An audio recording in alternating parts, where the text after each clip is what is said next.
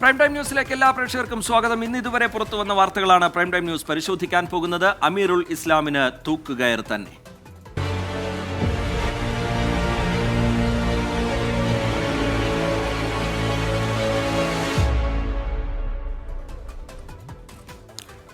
പെരുമ്പാവൂരിൽ നിയമവിദ്യാർത്ഥിയെ ബലാത്സംഗം ചെയ്ത് കൊലപ്പെടുത്തിയ കേസിലെ പ്രതിയുടെ വധശിക്ഷ ഹൈക്കോടതി ശരിവച്ചു. കേസിൽ കുറ്റവിമുക്തനാക്കണമെന്ന പ്രതി അമീറുൽ ഇസ്ലാമിന്റെ ആവശ്യവും ഹൈക്കോടതി തള്ളി.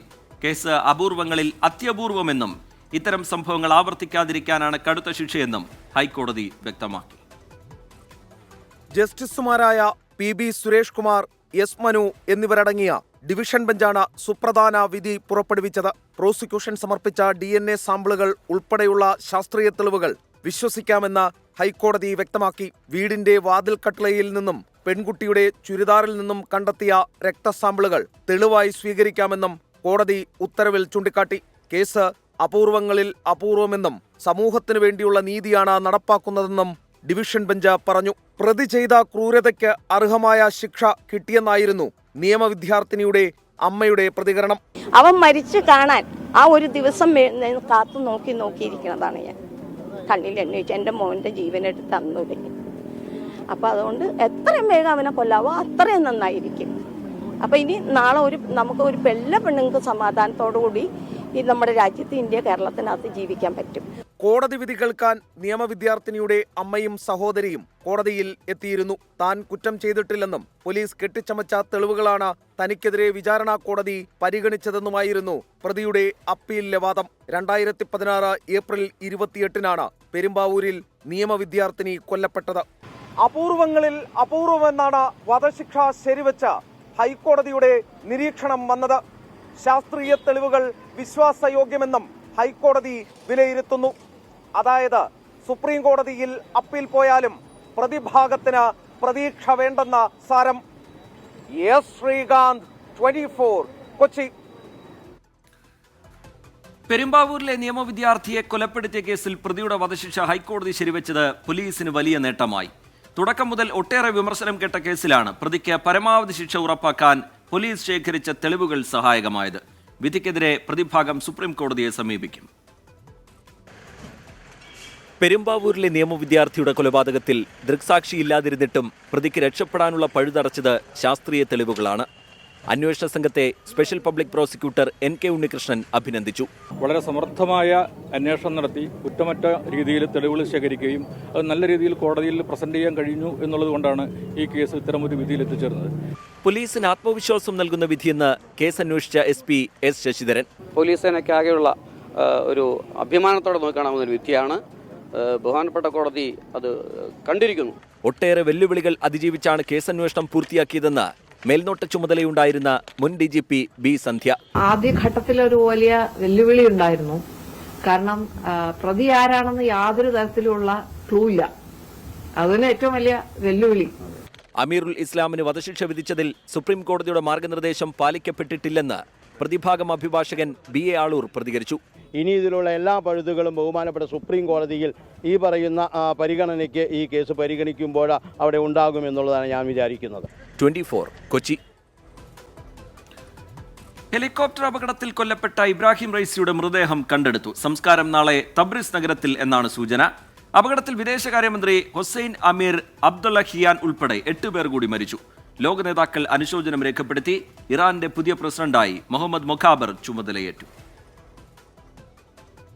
ഇബ്രാഹിം റൈസിയുടെയും ഒപ്പമുണ്ടായിരുന്ന വിദേശകാര്യമന്ത്രി അമീർ അബ്ദുള്ളഹിയാൻ ഉൾപ്പെടെയുള്ളവരുടെയും മരണം സ്ഥിരീകരിച്ചതിന് പിന്നാലെയാണ് മൃതദേഹങ്ങൾ കണ്ടെടുത്തത്.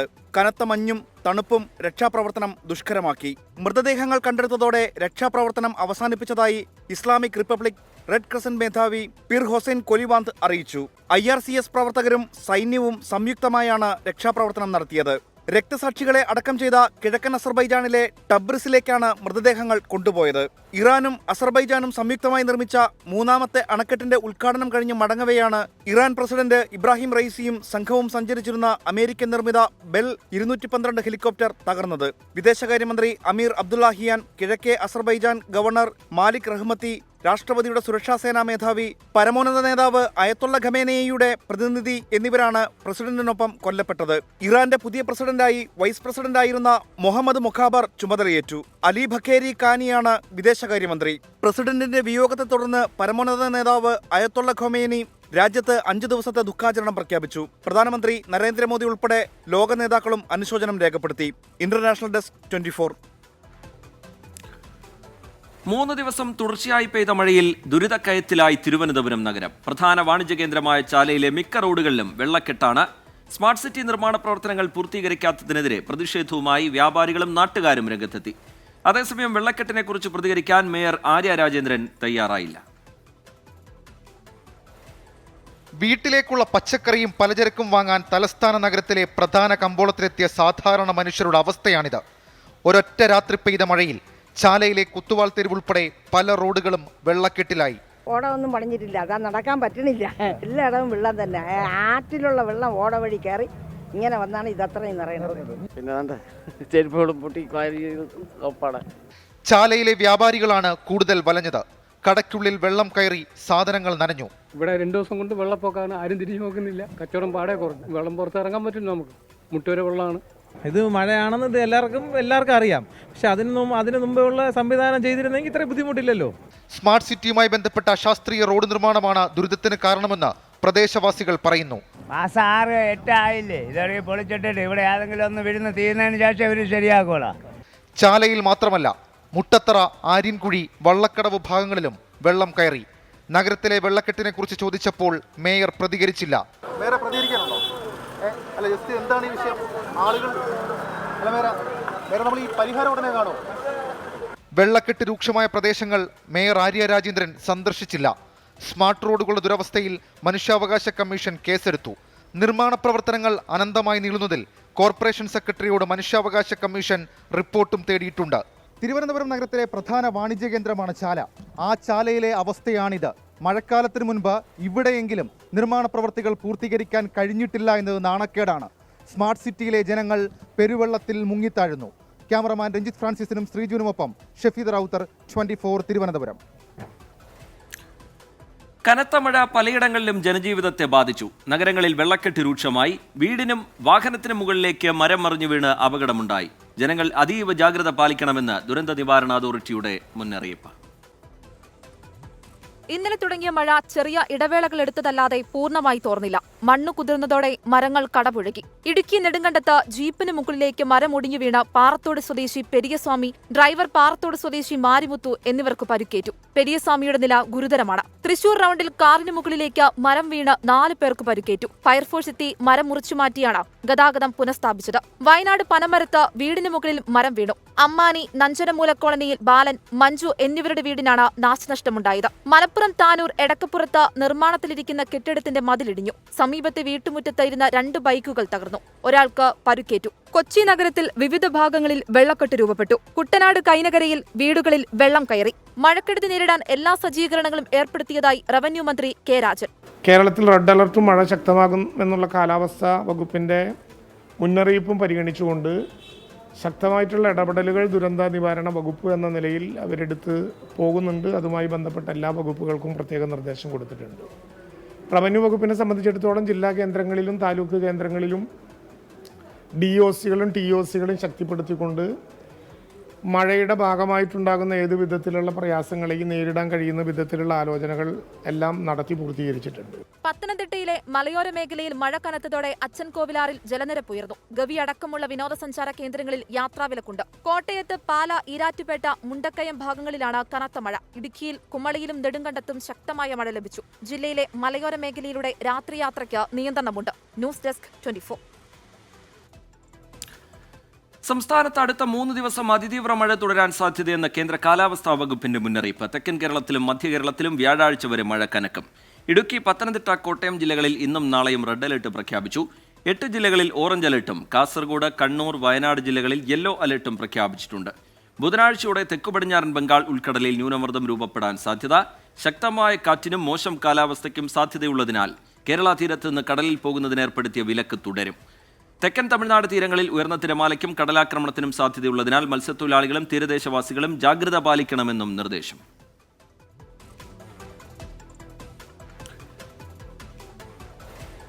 എറണാകുളം വേങ്ങൂരിൽ മഞ്ഞപ്പിത്തം ബാധിച്ച് ചികിത്സയിലായിരുന്ന ഒരാൾ കൂടി മരിച്ചു. വേങ്ങൂർ പഞ്ചായത്തിലെ 11-ാം വാർഡിൽ ഉൾപ്പെടുന്ന ചൂരത്തോട് കരിയാംപുറത്ത് വീട്ടിൽ കാർത്തിയായനിയാണ് മരിച്ചത്. ഇതോടെ ഗ്രാമപഞ്ചായത്തിൽ മഞ്ഞപ്പിത്തം ബാധിച്ച് മരിക്കുന്നവരുടെ എണ്ണം 3 ആയി. പഞ്ചായത്തിൽ 217 പേർക്കാണ് ഇതുവരെ മഞ്ഞപ്പിത്തം സ്ഥിരീകരിച്ചത്. സംസ്ഥാനത്ത് വെസ്റ്റ്നൈൽ പനി ബാധിച്ച് ചികിത്സയിലായിരുന്ന ഒരാൾ കൂടി മരിച്ചു. ഇടുക്കി മണിയാറൻകുടി സ്വദേശി വിജയകുമാറാണ് മരിച്ചത്. ഇടുക്കി മെഡിക്കൽ കോളേജിൽ ചികിത്സയിലിരിക്കെയായിരുന്നു മരണം. കോഴിക്കോട് വെച്ചാണ് വെസ്റ്റ്നൈൽ പനി ബാധിച്ചത്. വൃക്ക മാറ്റിവെക്കൽ ചികിത്സയുമായി ബന്ധപ്പെട്ടാണ് വിജയകുമാർ കോഴിക്കോട് തങ്ങിയിരുന്നത്. ഇതിനിടെ വെസ്റ്റ്നൈൽ പനി ബാധയെ തുടർന്ന് കോഴിക്കോട് മെഡിക്കൽ കോളേജിൽ പ്രവേശിപ്പിച്ചു. രോഗം കുറഞ്ഞതിനെ തുടർന്ന് ഇടുക്കിയിൽ തിരിച്ചെത്തിയെങ്കിലും വീണ്ടും സ്ഥിതി ഗുരുതരമാവുകയായിരുന്നു. മരണകാരണം സ്ഥിരീകരിച്ച് റിപ്പോർട്ട് ഇന്നാണ് കിട്ടിയത്. മഴ നനയാതിരിക്കാൻ കടത്തിണ്ണയിൽ കയറി നിന്ന യുവാവ് വൈദ്യുതാഘാതമേറ്റു മരിച്ചു. കോഴിക്കോട് കുറ്റിക്കാട്ടൂരിലാണ് ദാരുണമായ സംഭവമുണ്ടായത്. പുതിയോട്ടിൽ മുഹമ്മദ് റിജാസ് ആണ് മരിച്ചത്. കേടുവന്ന സർവീസ് വയർ മാറ്റാൻ KSEB അധികൃതർ വൈകിയതാണ് അപകടത്തിന് കാരണമെന്ന് ആരോപണം. വൈദ്യുതി മന്ത്രി അന്വേഷണം പ്രഖ്യാപിച്ചു. എന്നിട്ട് എനിക്ക് അവനെ രക്ഷിക്കാൻ പറ്റിയിട്ടില്ല. എനിക്ക് ഷോക്ക് അടിച്ചു. എനിക്ക് പിന്നെ അവനെ പൊന്തിക്കാനൊന്നും പവർ കിട്ടുന്നില്ല. ഞാനെന്തോ കുഴഞ്ഞു പോയതുപോലായി. അവന് കഴിയുമ്പോലെ ഞാൻ CPR കൊടുത്തു. മുഹമ്മദ് റിജാസിന്റെ മരണം ഇപ്പോഴും ഉൾക്കൊള്ളാനാകുന്നില്ല സംഭവം നേരിട്ട് കണ്ട സഹോദരൻ മുഹമ്മദ് റാഫിക്ക്. രക്ഷിക്കാൻ പലവിധ ശ്രമങ്ങൾ നടത്തി. ഇതിനിടെ മുഹമ്മദ് റാഫിക്കും ഷോക്കേറ്റു. ഒടുവിൽ നാട്ടുകാർ കോഴിക്കോട് മെഡിക്കൽ കോളേജിൽ എത്തിച്ചപ്പോഴേക്കും 18 വയസ്സുകാരൻ റിജാസിന് ജീവൻ നഷ്ടപ്പെട്ടിരുന്നു. മരണത്തിന് ഉത്തരവാദി KSEB എന്ന് ബന്ധുക്കൾ. അനാസ്ഥ കൊണ്ടല്ല എൻ്റെ അനിയനിങ്ങനെ സംഭവിച്ചത്. ഇതേപോലെ എത്ര ആൾക്ക് സംഭവിക്കും. ഒരു ശമ്പളം വാങ്ങി വെറുതെ ഇരിക്കുക. ഒരു KSEBിലേക്ക് വിളിച്ചാൽ ഫോണും എടുക്കൂല. അവർ വയർ കട്ട് ചെയ്ത് പോയി. ഇതിപ്പോ മരണം സംഭവിച്ചെന്ന് അറിഞ്ഞതിന് ശേഷം ഇവിടെ വയർ വന്ന് കട്ട് ചെയ്ത് കണ്ടു പോയി. അതല്ലല്ലോ ചെയ്യേണ്ടത്. സർവീസ് വയറിന് ലീക്കുണ്ടായ കാര്യം KSEB അറിയിച്ചിരുന്നുവെന്ന് കടയുടമ മുഹമ്മദ് ഹാജി. ഇന്നലെ 11 മണിക്ക് KSEBന്ന് ഒരാൾ ഇവിടെ വന്നിട്ട് മീറ്റർ ഇതൊക്കെ പോയി കൺസ്യൂമർ നമ്പറൊക്കെ അടക്കം എടുത്തിട്ട് അദ്ദേഹം എന്ത് ചെയ്ത് നിങ്ങളെ പരാതി ഞാൻ അവിടെ രജിസ്റ്റർ ചെയ്തിട്ടുണ്ട്, ആളെ ഉടനെ വിടട്ടോ എന്ന് പറഞ്ഞിട്ട് പോയതാണ്. അപ്പോൾ ഇന്നലെ രാത്രി വരെ അവർ എത്തിയിട്ടില്ല. വീഴ്ചയുണ്ടായാൽ നടപടിയെന്ന് വൈദ്യുത മന്ത്രി K. കൃഷ്ണൻകുട്ടി. വിശദമായ പരിശോധനയ്ക്ക് ഇലക്ട്രിക്കൽ ഇൻസ്പെക്ടറുടെ നേതൃത്വത്തിൽ നടത്തുവാനുള്ള നിർദ്ദേശം നൽകിയിട്ടുണ്ട്. ഉദ്യോഗസ്ഥന്മാരുടെ ഭാഗത്ത് നിന്ന് എന്തെങ്കിലും വീഴ്ചയിട്ടുണ്ടെങ്കിൽ ശക്തമായ നടപടിയെടുക്കുന്നതായിരിക്കും. അതുണ്ടെങ്കിൽ അന്വേഷിച്ചിട്ട് തീർച്ചയായിട്ടും ഡെപ്യൂട്ടി സീനെ കൊണ്ട് എല്ലാം നിർദ്ദേശം കൊടുത്തിട്ടുണ്ട്. എന്തെങ്കിലും അപാകത ഉണ്ടെങ്കിൽ KSEBയുടെ ഭാഗത്തുണ്ടെങ്കിൽ ഇത് പരിഹരിക്കാം. അന്വേഷണത്തിന്റെ ഭാഗമായി KSEB ഉദ്യോഗസ്ഥർ സ്ഥലത്ത് പരിശോധന നടത്തി. യുവാവിന്റെ മരണത്തിൽ പ്രതിഷേധിച്ച് യൂത്ത് കോൺഗ്രസും യൂത്ത് ലീഗും കോവൂർ KSEB ഓഫീസിന് മുന്നിൽ പ്രതിഷേധിച്ചു. ഇന്നലെ KSEB നടത്തിയ പരിശോധനയിൽ വൈദ്യുത ലൈന് തകരാറില്ലായിരുന്നു എന്നാണ് കണ്ടെത്തൽ. അപ്പോഴും വൈദ്യുത ലൈനിൽ തട്ടി നിൽക്കുന്ന ഈ മരച്ചില്ലകൾ എല്ലാത്തിനും സാക്ഷിയാണ്. പ്രവീൺ ധർമ്മശാലയ്ക്കൊപ്പം രാഹുൽ സുരേഷ്, 24 കോഴിക്കോട്. പത്തനംതിട്ട മല്ലപ്പള്ളിയിൽ മണിമലയാറ്റിൽ കുളിക്കാനിറങ്ങിയ അതിഥി തൊഴിലാളിയെ കാണാതായി. ബീഹാർ സ്വദേശിയാണ് കാണാതായത്.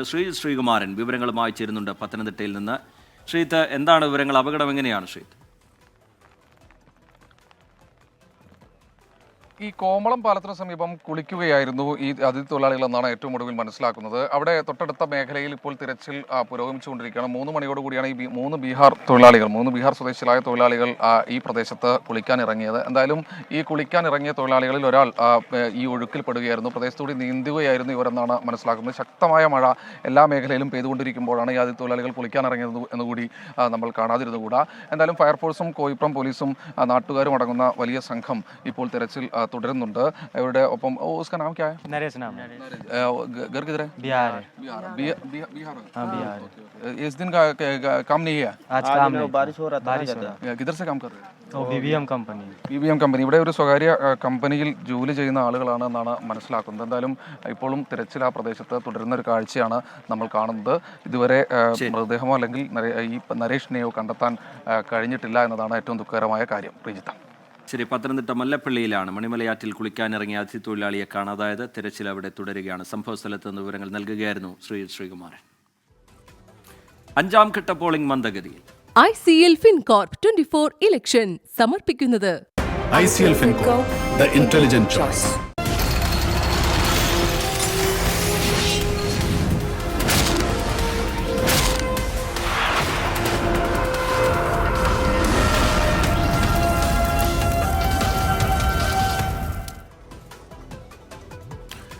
ലോക്സഭാ തെരഞ്ഞെടുപ്പിന്റെ 5ാം ഘട്ടത്തിലും കാര്യമായ പോളിംഗ് ഇല്ല. 5 മണിവരെ 56.68% പേരാണ് വോട്ട് രേഖപ്പെടുത്തിയത്. പോളിംഗ് കുറയാൻ കാരണക്കാർ പ്രതിപക്ഷമാണെന്ന് പ്രധാനമന്ത്രി നരേന്ദ്രമോദി കുറ്റപ്പെടുത്തി. പശ്ചിമബംഗാളിൽ അക്രമ സംഭവങ്ങൾ ഉണ്ടായി. 6 സംസ്ഥാനങ്ങളിലും 2 കേന്ദ്രഭരണ പ്രദേശങ്ങളിലുമായി 49 മണ്ഡലങ്ങളിലാണ് ഇന്ന് പോളിംഗ്. രാഹുൽ ഗാന്ധിയുടെ റായ്ബറേലി അടക്കം താരമണ്ഡലങ്ങൾ പലത്. മുംബൈ മഹാനഗരത്തിലെ 6 മണ്ഡലങ്ങളിലും ജനം വിധി എഴുതുന്നു. പക്ഷേ കനത്ത പോളിംഗ് എങ്ങുമില്ല. പ്രതിപക്ഷം പ്രചാരണത്തിൽ പുറകോട്ട് പോയതാണ് പോളിംഗ് ശതമാനം കുറയുന്നതിന് കാരണമെന്ന് പ്രധാനമന്ത്രി കുറ്റപ്പെടുത്തി. എന്നാൽ വോട്ടിംഗിനിടെ സ്ഥിതി വിലയിരുത്താൻ JP നദ്ദയുടെ അധ്യക്ഷതയിൽ BJP ദില്ലിയിൽ യോഗം ചേർന്നു. അതേസമയം പശ്ചിമ ബംഗാളിൽ വ്യാപക അക്രമ സംഭവങ്ങളാണ് ഇന്നും അരങ്ങേറിയത്. പലയിടങ്ങളിലും തൃണമൂൽ BJP പ്രവർത്തകർ ഏറ്റുമുട്ടി. ബൂത്ത് പിടുത്തവും EVMലെ തിരിമറി ആരോപണവും അടക്കം 1000ഓളം പരാതികൾ തെരഞ്ഞെടുപ്പ് കമ്മീഷന് മുന്നിൽ ഉച്ചയ്ക്ക് മുമ്പേ തന്നെ എത്തി. മഹാരാഷ്ട്രയിലാണ് പോളിംഗ് ശതമാനം ഏറ്റവും കുറവ്. പോളിംഗിന്റെ വേഗം കുറയ്ക്കാൻ തെരഞ്ഞെടുപ്പ് ഉദ്യോഗസ്ഥർ ശ്രമിക്കുന്നതായി ഉദ്ധവ് താക്കറെ കുറ്റപ്പെടുത്തി. തെരഞ്ഞെടുപ്പ് കമ്മീഷന്റെ ഇടപെടൽ ഉപമുഖ്യമന്ത്രി ദേവേന്ദ്ര ഫട്നാവിസും ആവശ്യപ്പെട്ടു. വോട്ടിംഗ് പുരോഗമിക്കവേ റായ്ബറേലിയിലെ ഹനുമാൻ ക്ഷേത്രത്തിൽ രാഹുൽ ഗാന്ധി ഇന്ന് സന്ദർശനം നടത്തി. ശേഷം ബൂത്തുകളിൽ നേരിട്ടെത്തുകയും ചെയ്തു.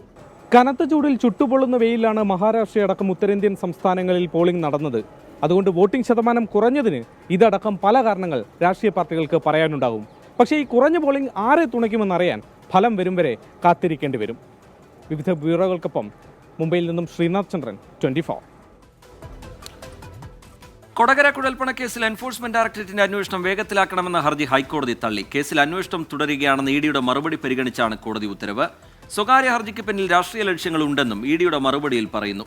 ദേശീയപാതയിൽ കൊടകരയിൽ വെച്ച് കാറിൽ കൊണ്ടുപോവുകയായിരുന്ന 3.5 കോടി രൂപ തട്ടിയതുമായി ബന്ധപ്പെട്ടാണ് കേസ്. പണം BJPയുടെ തെരഞ്ഞെടുപ്പ് ഫണ്ടായിരുന്നു എന്നാണ് ആരോപണം. 2021 ഏപ്രിൽ 7-നാണ് കൊടകര പോലീസ് കേസ് രജിസ്റ്റർ ചെയ്തത്.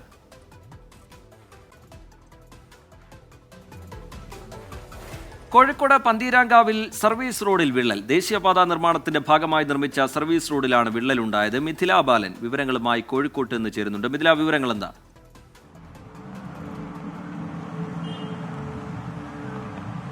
ശക്തമായ മഴയുണ്ട്. ഇന്ന് രാവിലെയാണ് ചെറിയ രീതിയിൽ വിള്ളൽ കാണപ്പെട്ടത്. എന്നാൽ പിന്നീട് മഴ ശക്തി പ്രാപിക്കുന്നതിനനുസരിച്ച് ഈ വിള്ളൽ കൂടിക്കൂടി വരികയാണ്.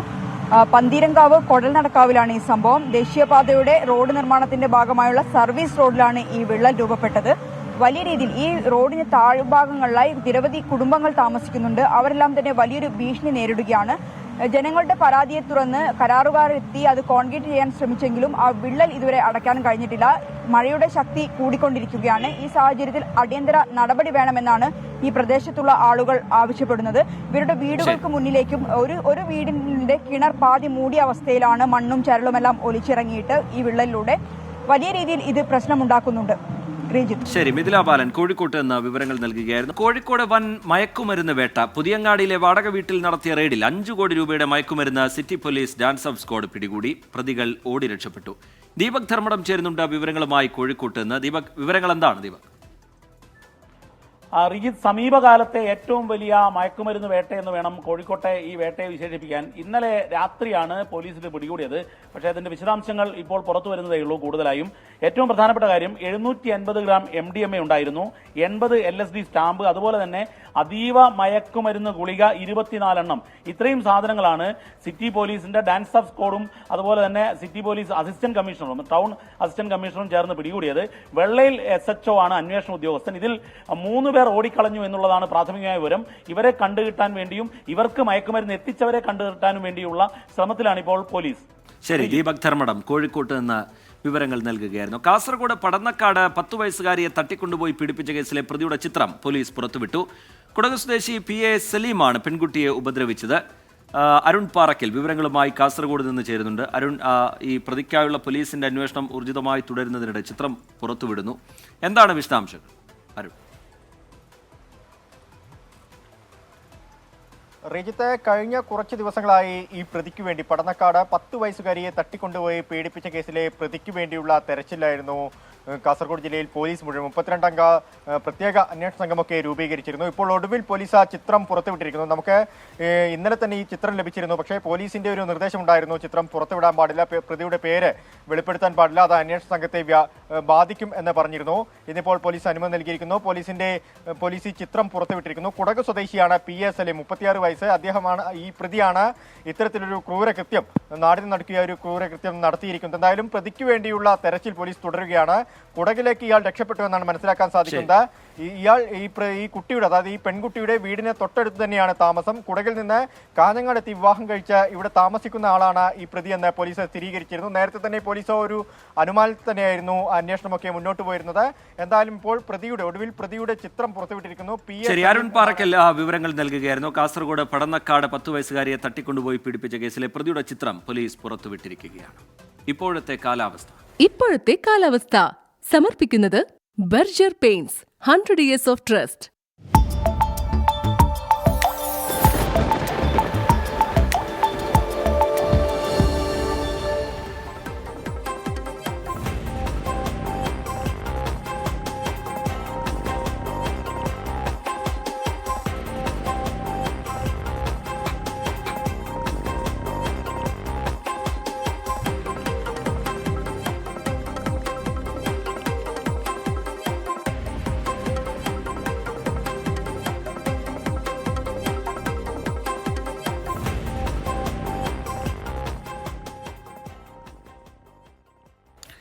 Prime time news പൂർത്തിയാവുകയാണ്.